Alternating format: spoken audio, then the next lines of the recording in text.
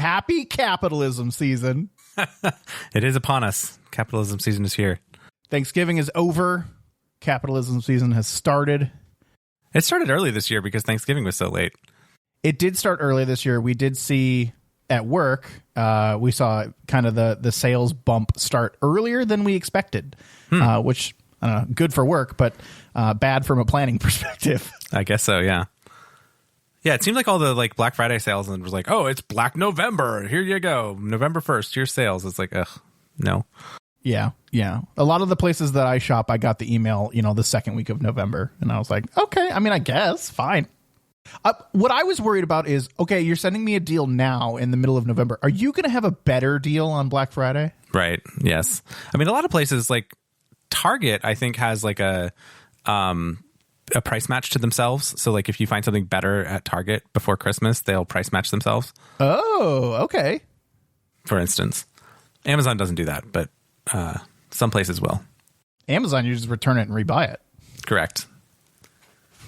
Yeah, I've got one of those going on right now. I like the return policy at Amazon during Christmas. The one where it's good for like 2 months. Yeah, it's good until January, no matter when you buy it. Yeah, I bought a micro SD express card for my Switch 2. So that, I don't know, just because I like to have extra storage space. I'm weird like that. 256 gig, micro SD express card. Ordered it, got it with like 1 day Prime shipping or whatever. It has arrived. I have not opened it yet, but then I realized it was the Lexar one, and it was $50 for 256 gig. Then I realized that for Cyber Monday, the Nintendo branded micro SD express card is $40. So I bought that one too, and now I need to go return the Lexar one. Yep. So that was one of the things I bought this Black Friday season. What about you? Not some non-game related stuff on Amazon. I have, I have this thing. You're scrolling on Instagram, or you're scrolling your short form video app of choice, and you get this ad. You get the ads for the stuff, right? My thing is, I'm allowed to watch the ad if I'm interested, but I'm never allowed to buy it from the ad. Okay. Because you click on that ad, you go to their like site, you pay crazy markup because it's not like you're not competition shopping if you just go to their site. Mm-hmm. So I always see what I see, and then I go to Amazon to actually buy it, or I go to other sites to actually buy it. But I was totally targeted for a cardboard cutter. Oh, like this tool that's like powered, that you like powered hold. Yeah, it's powered. You hold the trigger, and it like zooms up the cardboard, and it's like this rotating like pizza slicer of death. It's amazing. Wow. Okay. Cool, I guess. I love it. It's the best. And actually, my parents were over for Thanksgiving, and I was like, oh, hold on, I got the cardboard, and I showed it in front of them. My mom goes, man, I got you that for Christmas. And I was like, well, I already have one. Well, then you could have two. I could have two. You could have an upstairs and a downstairs cardboard cutter. So I got that. I think that's the only like real purchase I got for Black Friday online. But I am constantly looking for a charging solution, like a charging station for various handheld and what I'm calling larger electronics. You can find charging stations for phones and iPads and like thin tablet devices, and they have all the slots, you put all the slots in. But I want one where I can like put a bunch of like, I want to put my Steam Deck and my Rogue Ally and my Switch and my like all of these larger things that all need USB-C charging. I want to have a place to put them. I don't know that I'm going to find a ready-made product for this. So I'm starting to target some other things like pegboard solutions or, some other. And the other thing I'm going to mention here is there was some crazy good deals on 3D printers going on. Yeah, I didn't need to know that. Like very, very, very good deals on 3D printers going on. So I haven't purchased one yet. Definitely one on my Christmas list. But I may purchase some ancillary accessories for what I either going to get for Christmas or I'm going to buy myself immediately after Christmas. Sure. Yeah, I was thinking for your charging thing, you may just need to get some kind of like shelf almost, and then do a little bit of DIY and like cut some holes for some wires and just run wires up to the different shelves or something. Yeah, that's where I'm starting to lean. But I've seen some like boards and like, you know, there's a lot of 3D modeled things that you can print that hold all of these devices up on a board. So I think that's the direction I'm maybe starting to lean. And I've seen some like really clever solutions on like wire routing and all of that. So that's the direction I'm starting to go. Yeah, people really like the IKEA pegboard thing. I don't remember what it's called, but whatever it is, they like that for pegboards for gaming stuff. Did you buy any games on Black Friday? I bought a few games this weekend, but not because they were on sale for Black Friday particularly. Although one was, actually, I should say. I did violate the 2-hour rule a little bit, and I bought one because it was on a really good sale and because I was thinking about it. And that game was The Witcher 3. Oh, okay. You don't have The Witcher 3 yet? It didn't come in some humble monthly at some point? I didn't look closely, and I probably should have, or maybe should still, so I can refund it. But I was thinking about something a little bit bigger to play on the Steam Deck, like a kind of like a longer form game. And so that kind of popped into my brain as an idea. And now The Witcher 4 is coming. And if I like The Witcher 3, then maybe I'll like The Witcher 4. I don't know. But it was $10. It's normally $60 for the bundle. So I was like, you know what? $10. It's worth like a try. So I did go ahead and buy The Witcher 3 on sale for Black Friday. The Witcher has never been in a humble choice or monthly. Interesting. I don't know where I got it from then. I don't know. So anyway, that's one thing that I bought. And then I also bought Dispatch, which we'll talk about a little later. But it was full price. And then I bought the DLC, the recently released DLC to Risk of Rain 2, which I've just played a little bit earlier today. Okay. The Alloyed Collective, which I really enjoy Risk of Rain 2. And this one, they say, the reviews say, is actually good, unlike the previous expansion, which everyone hated. So I am trying that out. I have not purchased anything, but there is a lot that I am eyeing. The Steam Black Friday sale goes until December. I'm double checking before I say it out loud. It's not like a official Steam Black Friday. It's like some weird it collective, right?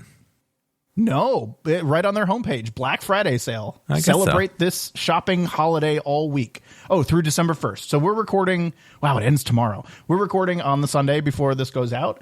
I guess I have a few more hours to make some decisions. But I am got my eye on two games that I've said on this podcast before. The first is Viewfinder. It's actually a really good price right now. It's down to $8.74. I got to see what it may be on sale for on Humble, but I feel like $8 for this game is a really good price.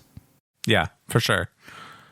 And like this one actually goes through December 12th, so I have some time to decide. I also feel like this would be a really good Steam Deck game. And it is Steam Deck verified. So that's one. The other one is, of course, Outer Wilds is on sale again. Because it's on sale every sale, and it is $15 again. I will get it one of these days. I will get it. I am in a bit of a lull right now with gaming. Guild Wars 2 is kind of lulling out. And Warframe does not pick up until December 10th. So, and I'm not playing World of Warcraft right now. So I'm like, ooh, now's a perfect time for like a tiny little single player game. So maybe looking at that. Outer Wilds would be a good choice for that, I think. Yeah. Wouldn't it? It'd be like, a 20-hour game, kind of a couple nights and it'd be done. So maybe. And then someone recommended to me in one of our Discords that Star Wars Outlaws, which we have talked about on the show that I played the demo for, is on sale for $19. And while that is tempting, I don't think it's low enough for me yet. Oh, ouch. I think it's a good value at $19. I do. I don't like the game seemed cool. It didn't seem like a bad game. I know that they put a lot of effort into it. It's not tempting enough for me to put other things aside. Sure. Yeah. That's the thing that they're competing with there, right? Is more so the time and the whatever desire for you to go sit down and play this game as compared to all the other things you could possibly do with your time. It's not that $19 is a bad price for a, full-fledged Star Wars game with good story and cinematics and all that stuff. It's that it has to be worth that and take you away from doing something else. Exactly. And I think I've always said like, oh, $5 is the right price for that. I mean that in that I would pay $5 for it and just bite the bullet on the 2-hour rule, breaking the 2-hour rule, if Star Wars Outlaws was $5. I mean, that was kind of me with the Switcher thing. Was like, it was cheap. Right. I was like, it's fine. Exactly. It's a hugely celebrated game, and $5, whatever, right? Throw it at Star Wars Outlaws. Maybe not hugely celebrated, but $5 is nothing. However, I will say $19 gets you the base game. There is like a deluxe edition and expansions and DLCs and all that, and that is not included in that $19. Oh my gosh. So if they do like a $20 complete, Game of the Year edition, even though it never won Game of the Year, I would consider something like that. Sure. Yeah, I've had my eye on a couple of things. One of them was Indiana Jones and the Great Circle, which is only on a mediocre sale. It's like $50. And then also, I've been getting tempted, especially because the sequel just came out, to play Ghost of Tsushima. But I don't have time to sit down and play a game like that right now. So I'm not buying it for sure. But it's on a decent sale. It's like $36 on Steam right now. And although it is a PlayStation published game, and I might want to get it on PlayStation because it is kind of that couch kind of game, if it had a really tempting price on Steam, I could be convinced, but it's not there yet. I've also been very tempted by the PlayStation Portal. Again, I think we talked about this last year, but I'm still tempted by it. What's the lowest price you've seen on it? It's on sale for Black Friday right now at $180, normal $200. That's okay. It's, for me, not quite like $120, and then it would be a no-brainer. Like, okay, so here's last episode, I talked about selling your stuff on Facebook Marketplace. Oh, yeah. Here's where you need to go see if you can find someone selling it on Facebook Marketplace. That's a good point. Because you might find it used, lightly used, right? Someone said, oh, I bought it and I never use it, which is typically the things I chase is, sure. Oh, I bought it and I've used it 2 times. You might find it for $100. Okay.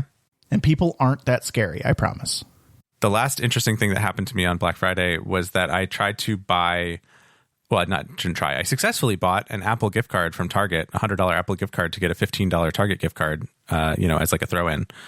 And that was great. I did that on Saturday, right, through the app. It was all good. Got the email of the gift card. All that stuff is good. And then I was looking on Black Friday itself on Friday, and it said like Apple gift card, buy $100, get $15. I was like, oh, I think I already did that, but I can't remember if it was from Target. And I would still like to do that because I will always use Apple Money. Like, why not buy Apple Money for cheap if I can? And so I went ahead and did it again. And then I realized my mistake, and I was like, oh, maybe they only let you do it once per account, or maybe I can't do this, and whatever. I guess if they want to cancel it, they'll cancel it. But they never did cancel it. They charged me for it. They sent me the $15 gift card, and then they never emailed me the $100 Apple one, the second one. What? The one you actually paid for? Correct.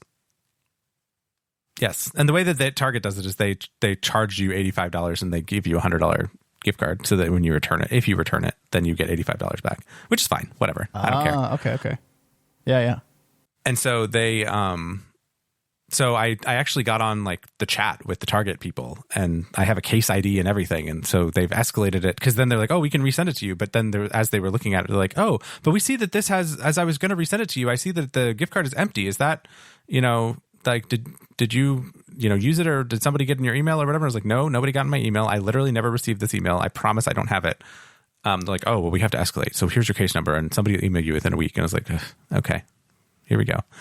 So we'll see what happens. I really don't know what's going to go on with that. So yeah, that's weird. That was my one hiccup in Black Friday. And what I think is happening is that the support person was getting the 2 orders confused, because I did use the one gift card that I bought, and then I bought this second gift card, and like, I think they're just not seeing it on their end, or something is happening, and it just doesn't understand the second one. And like, if they want to take it back, like if they say, oh, you can't do that, that was wrong of us, they can give me my money back. I will give them that $15 Target back, or they can let me keep it, whatever. And then we can call it even. But I don't know. It's that was my one like annoyance on Black Friday. I have you been taking advantage of any other like gift card deals? I would take advantage of so many of them, particularly the places I go out to eat the most. Oh, yeah. I go to Red Robin a lot. And they have buy $100 in gift cards, get a $25 extra gift card that is only valid from January to March, and get a coupon for $5 off $30. Oh, wow. That is also valid from January to March. And we don't have very big viewership, so I can say it on my podcast.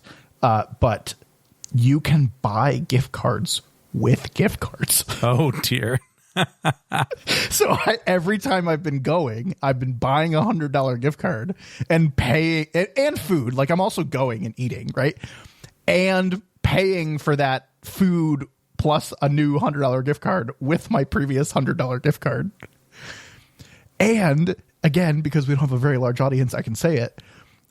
You get Red Robin points on that. Oh. So I'm earning $10 back every time I spend $100. Wow, you are making bank on Red Robin. It's wrong. It is wrong. It is a glitch in their system, Chris.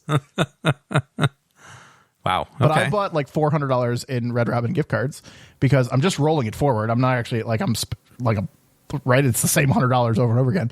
But sure. I'm collecting these $25 gift cards that I can use January to. It's basically free. I'm going to go to Red Robin anyway, right? Like, yeah. So yeah, no, it's been a little weird. Honestly, I feel like it lets me do it. I'm not doing anything wrong. I'm just paying right out there on the terminal at the table. Like, I don't know. Well, I guess if it lets you do it.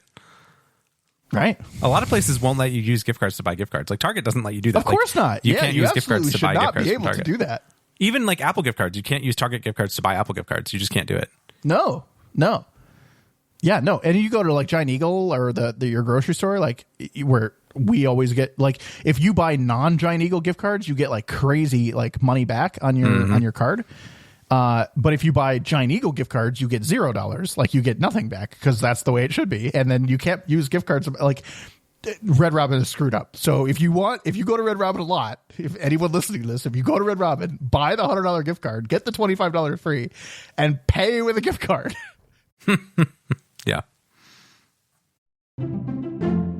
Welcome back to Pride and Accomplishment. My name is Chris. And I'm Jason. This is episode 167. Okay, Chris, you said it during the pre-show, and I can't wait a second longer. You bought Dispatch, and you played a little bit of it.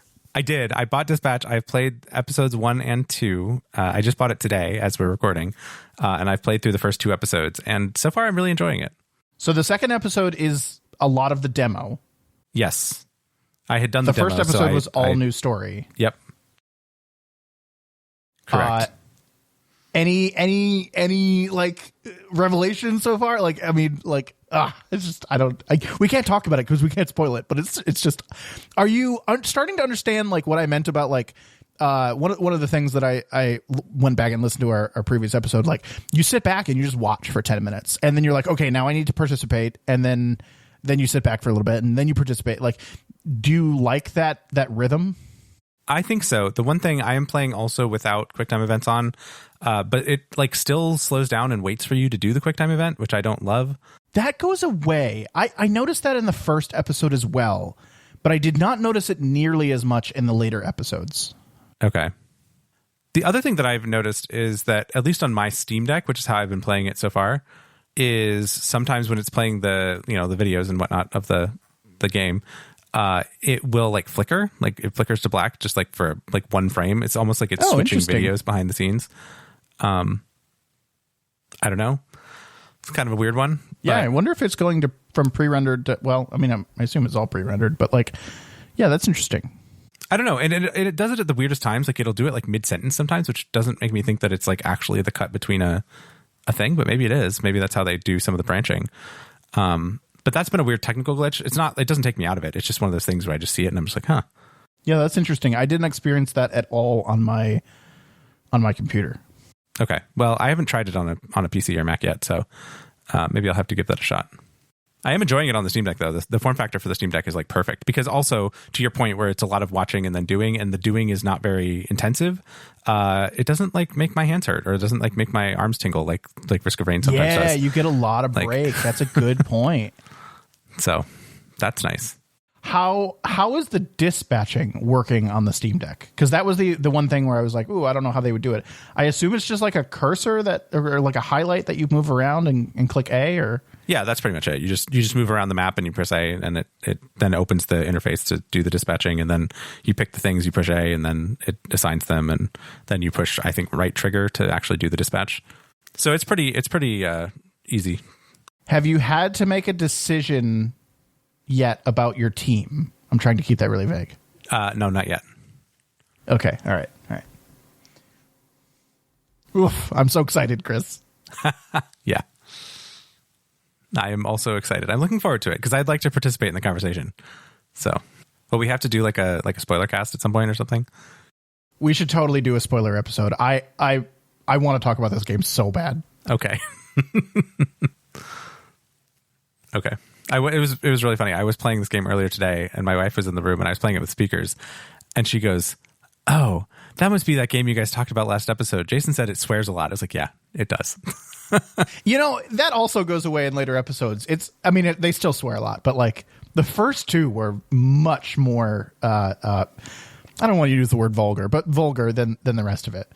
I mean, the other piece is that like it has options to censor it, and I don't know how you would do this game with the level of censoring that they're like, don't show any nudity and don't show any like bad words is like, I don't know that you could do those first two episodes.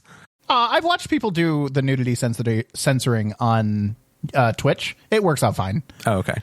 You clearly know what they're censoring though, because it's just a black box in an area that you're like, okay, yeah. Well, I understand what's there. Fair enough. Okay. I guess it wouldn't change the script then. Okay. No, but they'd have to bleep every fourth word in the second episode. Yeah, I don't know. Or I don't know if they have if they bleep it or if they have a secondary, like a dub. Oh, yeah, maybe. I didn't think about that. They could record it like songs do and music does, where you do two different versions. You're going on a trip. This game is going to be finished by the time you get back. So we maybe talk about it in the pre-show or post-show next episode? Yeah, we could probably talk about it one of those times. Although next episode is Game Awards, so I know that's going to be big show. Yeah, we'll have to see if it fits. Okay, well, I've played Dispatch, and I want you to play it. But this other game, this next game that you have on the list, I think you have played a lot of. Correct me if I'm wrong there. Yes, that's correct. Since our previous episode posted or recorded, and now, the Guild Wars people announced a new take on Guild Wars 1 called Guild Wars Reforged, which comes out this week as we're recording. I'm very excited about this. I mean, you were just talking about how you needed a game to fill in between MMOs, and I questioned that concept because this is coming out literally 2 days from now as we record. I feel like this might be too big of a game. Oh, okay. Is that fair to say? I mean, it's Guild Wars 1, right? It's an MMO. So we didn't explain what it was, but they are basically re-releasing Guild Wars 1 on modern hardware, available to buy through Steam, and you can play with handheld or with a controller. Yeah, Steam Deck verified now, which I think is cool. Modernized UI. Some updated mechanics in the game, I think, but not like a remaster. They're not updating the graphics much. I think they did a little bit with lighting. They like backported some lighting updates they made in Guild Wars 2 to Guild Wars 1, but like overall not a big like textures update, just some lighting calculation updates, which actually does. I've seen some side by sides. It does make the game look better.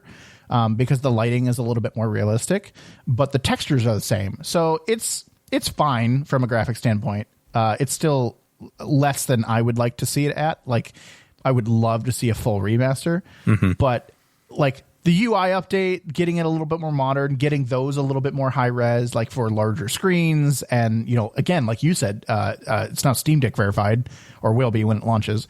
I don't know. I would that sounds like a great idea to just play Guild Wars while kind of sitting on your Steam Deck in bed. Oh yeah, for sure. I'm actually interested in taking a look at this, other than the fact that I'm going to have to do some dances to get it installed on my Steam Deck without buying it through Steam, because I already bought all of this stuff 15 years ago or whatever when it was all new. So I don't want to buy it again necessarily. So I am going to go through the process of installing a non-Steam game on the Steam Deck, which is doable but annoying. Yeah, I don't think it'll be that bad. I think you boot it into the desktop mode and you'll be fine. I have wanted to play Guild Wars 1 for a long time. There's some really cool history there, like it's the prologue to Guild Wars 2. It's yes. Guild Wars 1, right? Like, but I'm kind of interested in some of that story. But there's also the achievements that you earn in Guild Wars 1 that carry over to Guild Wars 2 for some really cool titles. I don't think I'm going to go for all of them because I think it's a lot of time to earn all of them.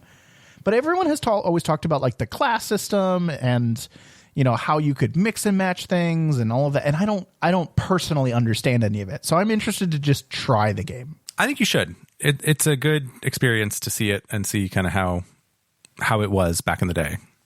I will say that I did look at one point into those achievements to be able to get titles in Guild Wars 2. And it takes, even just to get like any basic titles in Guild Wars 2, it takes a lot of time in Guild Wars 1. You have to really go down the achievement hunting route on the Guild Wars 1 stuff in order to really get anything useful out of your Guild Wars 2 side of things. But if you want to, if you get hooked, if you enjoy it, if you play it on Steam Deck in bed or whatever, then you could do that. Yeah, I'd chip away a little bit at a time. But the thing is, if I felt like I was going to chip away at achievements a little bit at a time, I would chip away at Guild Wars 2. I wouldn't play Guild Wars. But I still want to experience all of those things I talked about. I think just playing the story through would be fine. Mm-hmm. Yeah. I don't remember the story in that game at all, to be honest.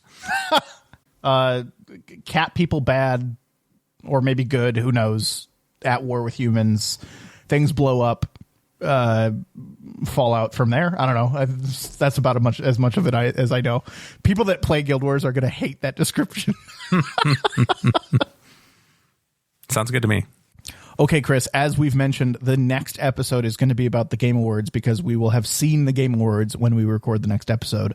But at this point, we know the nominees. Right. Yes.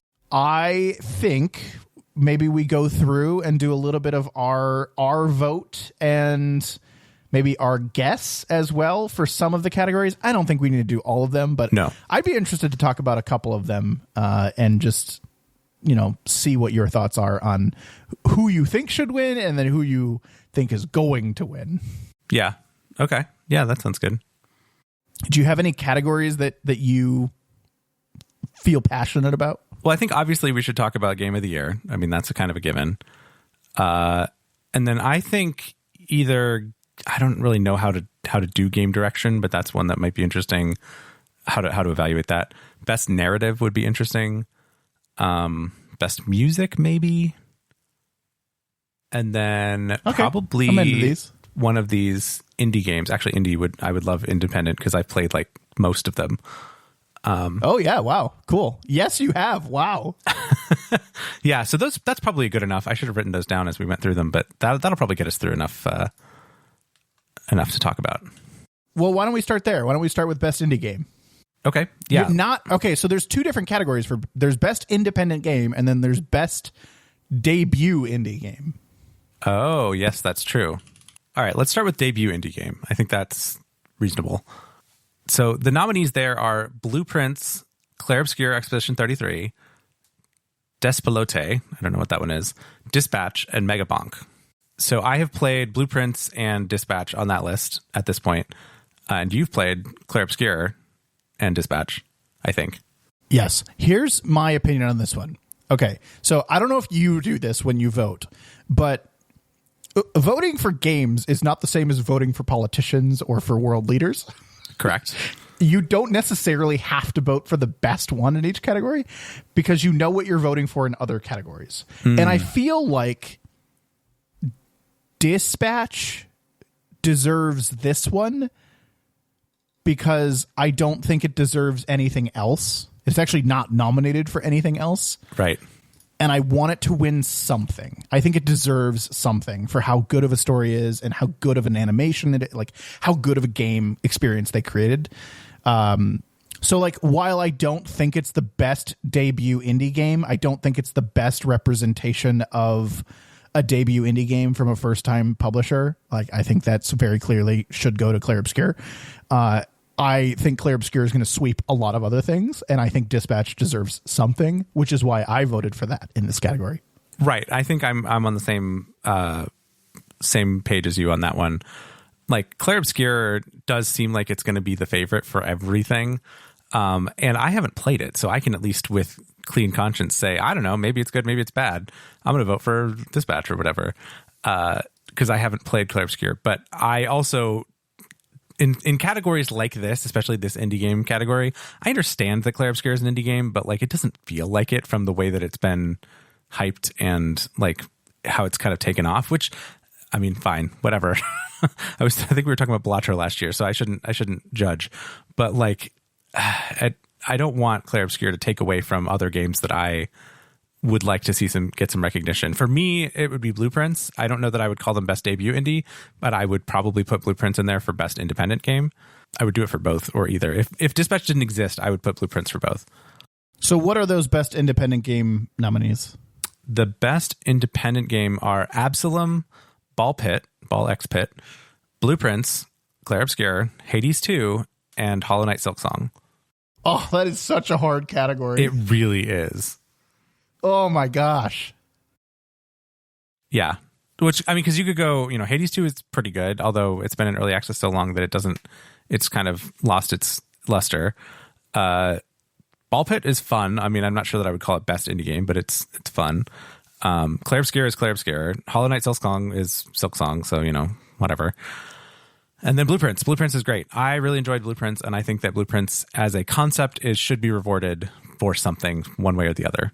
Has Hades 2 won anything in previous It wasn't years? eligible, right? Because it was early access? Or is that not how that works? That's why I'm kind of in, like, does it not? Man, I felt like it was nominated for something. It might have been. Most anticipated, maybe? Although Silksong probably won, but I don't know. Oh, no, it won Golden Joystick Awards. In 2023, it won Most Anticipated Game at the Game Awards. In 2024, it won Golden Joystick Best Early Access, and Steam Awards, it won Outstanding Visual Style and Best Game on Steam Deck. That's why I thought it had won something. Okay. But this year, it's actually nominated for like full out awards. Gotcha. Yes, because it's now fully out. Yes. Man, that is a tough category. Best indie game. I don't know. Let's see if I actually voted. I love that you can go review your votes. Best independent game. I did. I voted for Hades 2. Whew. I don't know, man. That one's going to be wild. I really don't want Clair Obscur to win that one because maybe I'm jumping ahead here to Game of the Year, but I think Clair Obscur is going to win Game of the Year. I think it deserves to win Game of the Year. Yeah. It certainly deserves some other categories, but I think it's going to sweep a lot of other things. So, like, in Best Indie Game, give it to someone else, right? Like, just give it to someone else. Right. I agree with you. We'll go through Game of the Year in just a second, but it probably will. And so, yes, for indie, I would say Blueprints. If I was picking the P&A pick for this, I would say I would strongly advocate for Blueprints. Okay. I don't know that we have to pick the same one, but sure, I'll go with that. Okay, so let's go to one that I am absolutely 100% sure that Clair Obscur should win. Okay.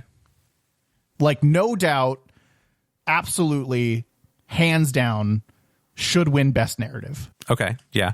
Because, as I said, when I played through it, I played it for a long time and then said, ooh, I really don't want to keep playing this, but I really, really want to experience the story. I couldn't bring myself to keep playing it. And there were a couple of barriers to that. I had taken a break. Getting back into it is always scary. The difficulty curve's a little high. And I think, there are, as with every game, there are some elements of the game I didn't totally jive with, right? The pictos were a little weird. The other stuff was a little weird.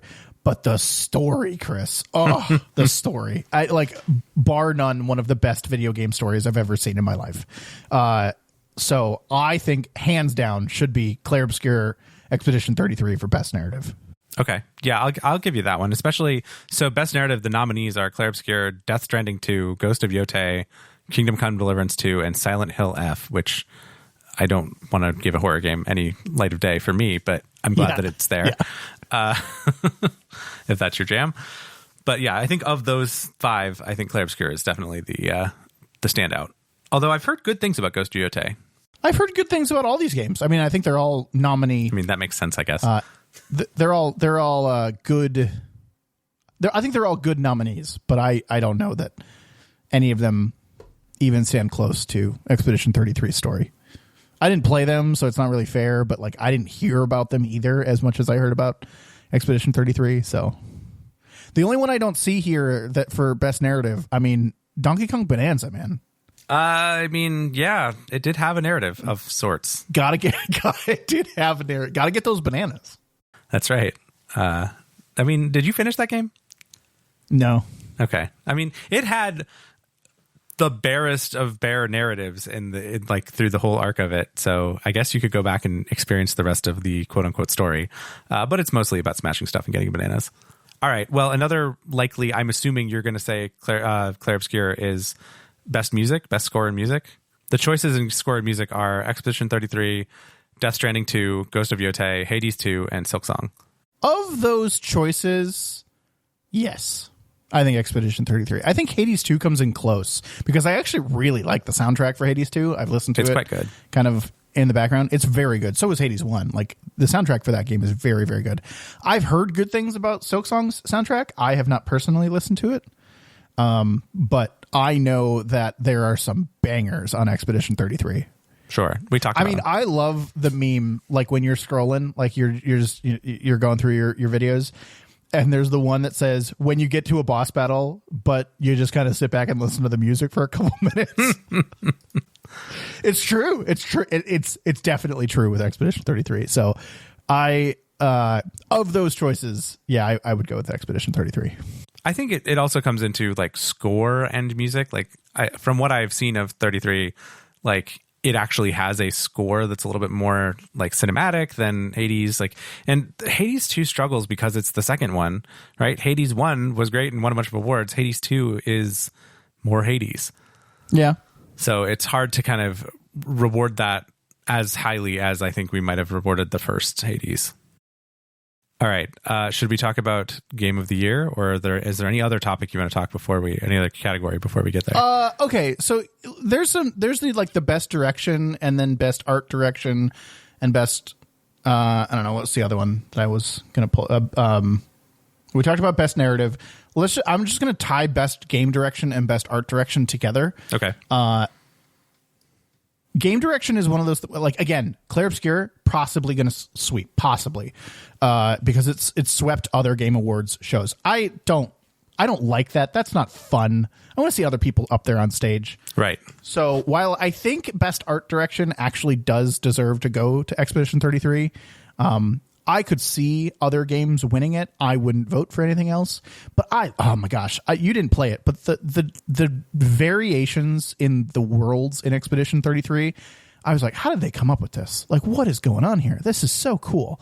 And I don't normally say that about games, noticing the environment like that. So best art direction, as much as I don't want to see Clair Obscur win everything, I think that is another category it does actually deserve to win.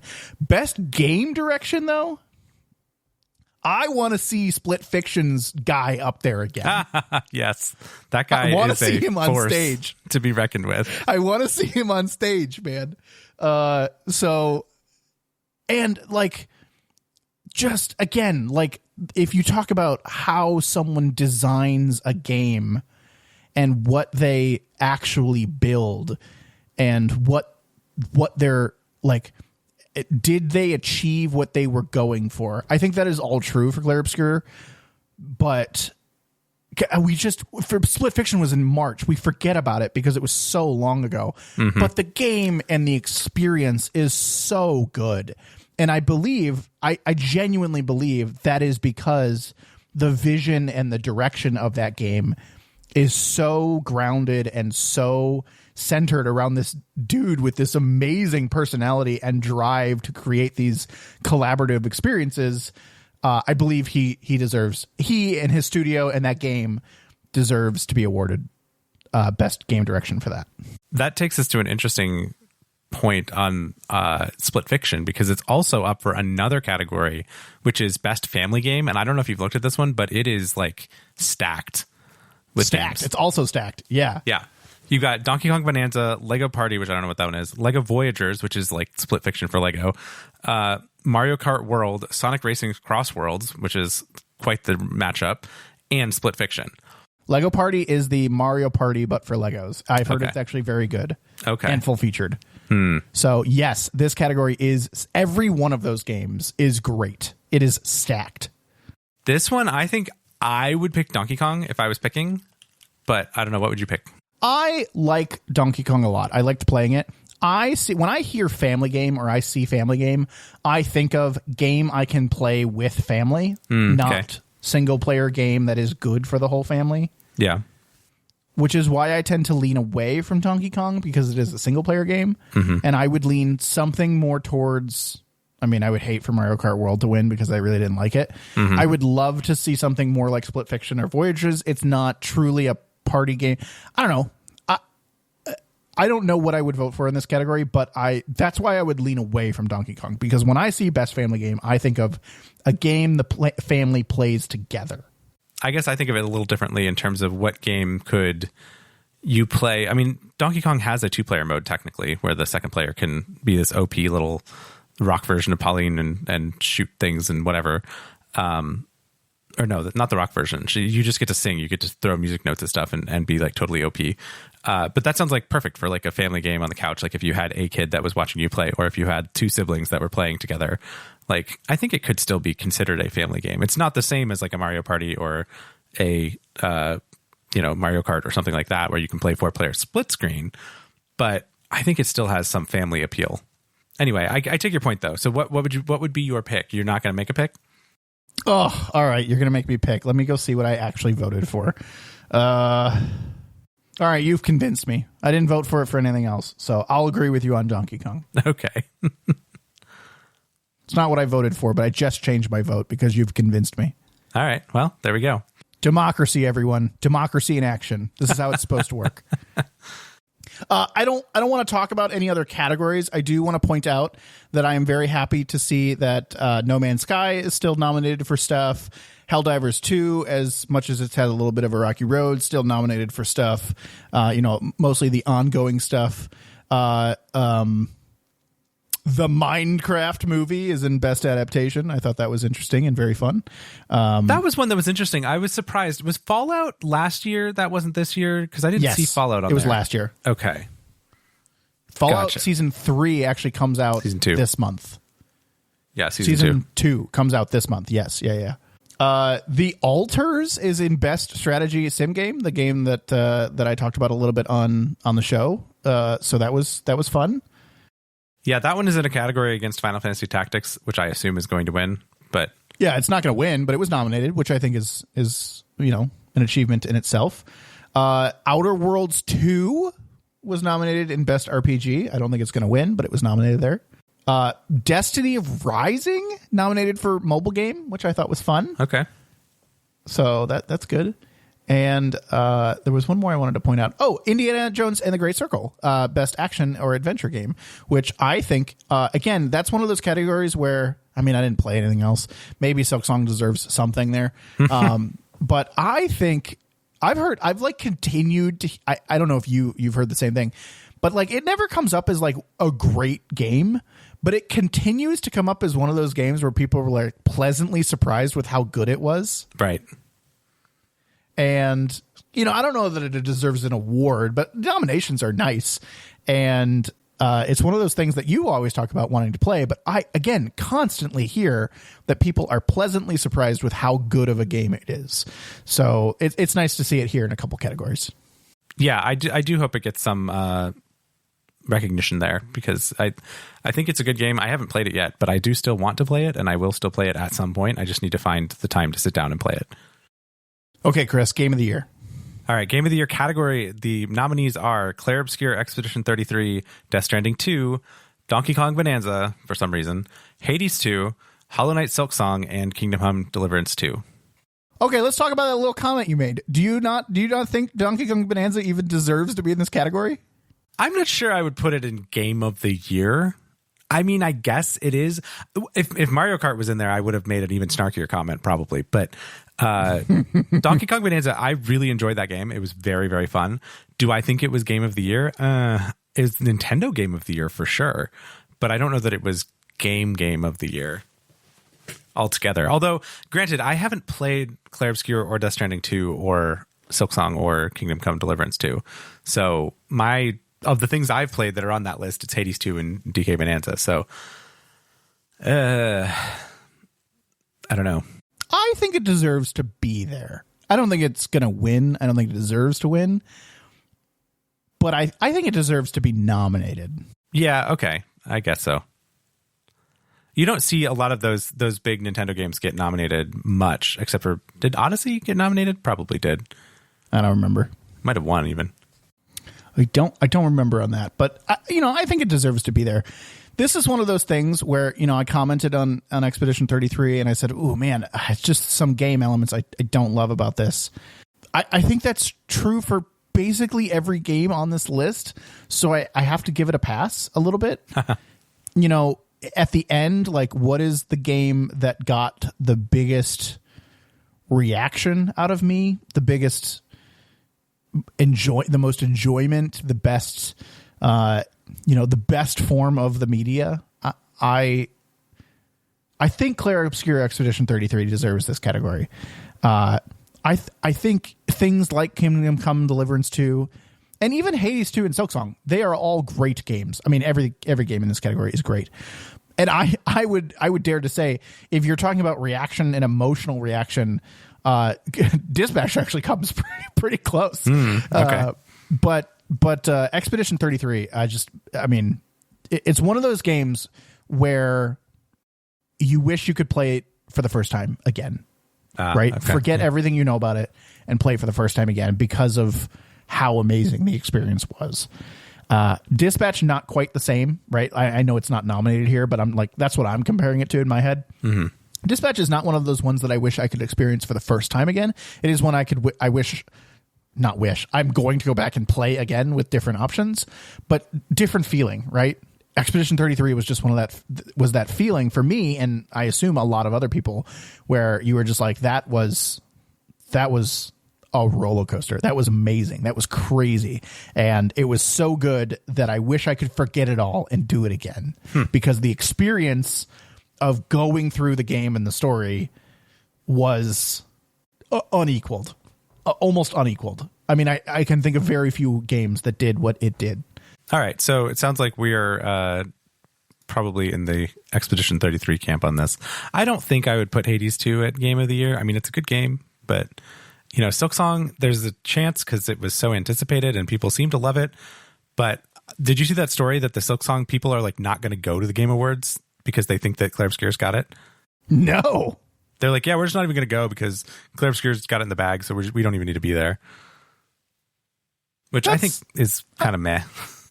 I'm not sure how I feel about that. It's an honor to get nominated. Right. I know. Yeah, not sure how I feel about that one. Yes, I do think Clair Obscur has Game of the Year in the bag, but I think it is possible that Silksong potentially wins some other categories. I don't know for sure, but I think it's possible. Right. Yeah. I have to go listen to the soundtracks of all of these games that are nominated for Game of the Year, because I know Expedition 33's. I think I know Bonanza's. Hades 2, I'll probably recognize. I'm not sure I would recognize Silksong's, and I've got to listen to the other two because they're going to get played by the orchestra, which is my favorite moment of the all of the Game Awards, is when they do the medley of all of the nominees. So that is my homework prior to the Game Awards, is to go listen to the soundtracks of the games I don't know, so that when they actually start playing, I recognize them. Nice. Yeah, that's always a high point of the Game Awards when they do the montage. That's always fun. Who won last year? Who won Astrobot last year? Won last Astrobot, year. yeah. So that's who gets to give the Game of the Year intro speech. Oh, cool. That was a good team. They were nice. Yeah, and Baldur's Gate won the year before and gave that speech about making the game that everyone wants to play rather than the one that corporate America wants you to build. Oh yeah, that was an inspiration. Remember that one? That was so good. And then Astrobot won.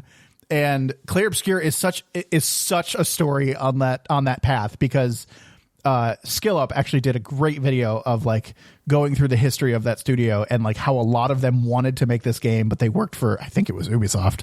And they said, ooh, Ubisoft would have listened to us, but it would have taken 20 years to get the concept through the company.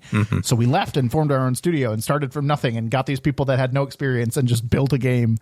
And we built a game everyone would want to play and what we wanted to play. And oh man, what a story that would be for continuing the cycle of these games, of that storyline where, you know, build the game everyone wants to play rather than the one that corporate America wants you to build.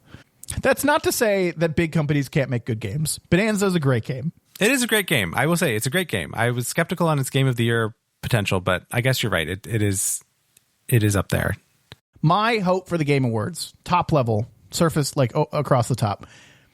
Again, Clair Obscur, great game. My hope is that it gets to share some of the spotlight. Yes, I agree. Well, we're only a week away. Like we will know by our next episode. We will have all these results.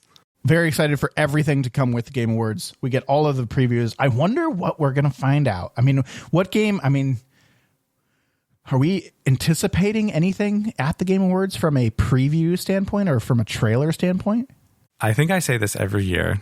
But the one thing that they could do that would be great, and this year is the 25th anniversary, so they should, is announce a Final Fantasy IX remake. I knew you were going to say it. You're still holding out hope. This is the time. Now is the time if they're going to do it. But whatever. If they don't, they don't. That's fine. Their subreddit is like anything but a remake. That's their meme on the subreddit, because they keep announcing all these collaborations and all these like special drops. There's actually like a cafe in Tokyo that's like a Final Fantasy IX pop-up cafe thing. Like it's just, yeah, it's crazy. Anything but a remake for that game. But I would love a remake. Do you think we get anything along the lines of a Half-Life 3? That's the other big rumor, and I just don't think so. I mean, maybe like the Valve monster is stirring because they did all that Steam hardware, but like, I don't know. That would be a good like pack in or like incentive for the Steam machine, though. Wouldn't it be amazing? Yeah. I mean, I don't know that I really actually care about the game itself because I've never played Half-Life 1 or 2, but I think the story and the excitement would be amazing. Right. Yes.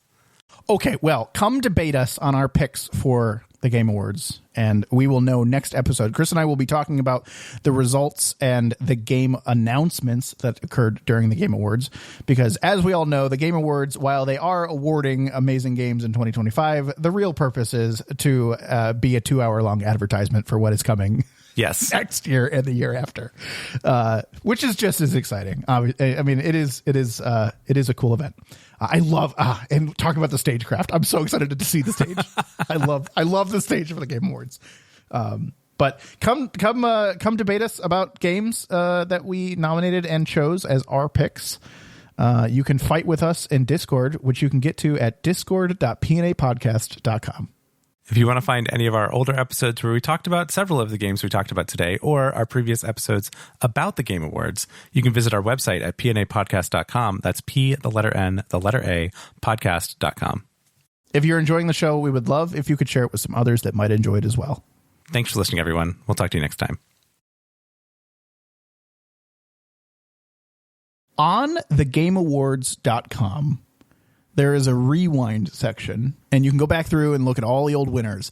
But I have found it so interesting, Chris, to go back and look at the viewership numbers from year to year. Have you done this? I just did it when you put it in our notes, so I've now looked at it, yes. Started in 2014, super tiny show, 1.9 million viewers. Yep. I think I started watching in 2016 or 2017 because I recognize some of these pictures and some of this. 2017, 11.5 million, and then 26 million the next year, 49 million, 83 million. They're like almost doubling. Million. Oh, wow. Yeah, well, yeah. Between 2020 and 2021, not a huge jump, but that was the COVID bump from 2020, and then 2022 is 103, 118, and 154 million people last year. Wow.